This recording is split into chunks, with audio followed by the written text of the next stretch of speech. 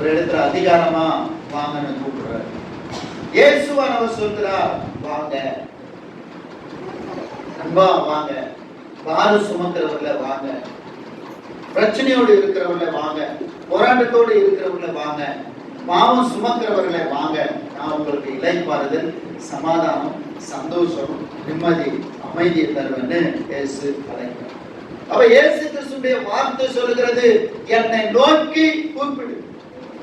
என்னை நோக்கி கூப்பிடும் பொழுது நீங்கள் அறியாததும் உங்களுக்கு எட்டாததுமான பெரிய காரியத்தை செய்வேன். அப்ப ஒரு மனுஷன் கர்த்தரை நோக்கி கூப்பிடும் பொழுது, ஆண்டவரை நோக்கி ஆண்டவரே என்று சொல்லி அவன் கூப்பிடுகிற சத்தத்தை உயர்த்தும் பொழுது இயேசுவுடைய செவிகளிலே கேட்கும் என்று சொன்னால், ஒரு மனுஷன் கூப்பிடுறாங்க, ஒரு குருடன் கூப்பிடுறான், தாவீதின் குமாரனே எனக்கு, அடுத்த ஸ்டெப் ஆண்டவரால வைக்க முடியல.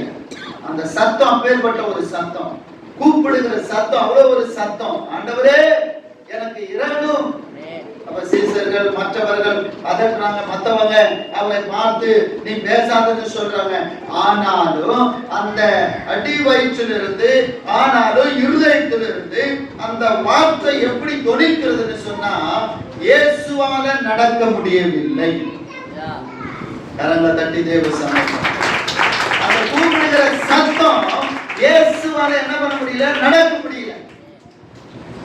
அப்படியே நின்னுட்டாரு. அபோட்டன் திரும்புறார். என்ன கேளுங்க, என்ன வேணும்? ஆண்டவரே நான் பார்வை அடைகிறேன்.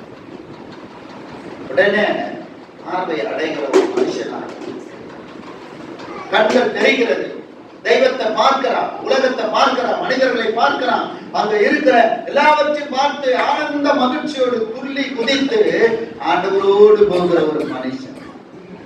அப்ப ஒரு மனுஷன் கூப்பிடும் பொழுது அவனுக்கு பதில் உண்டு.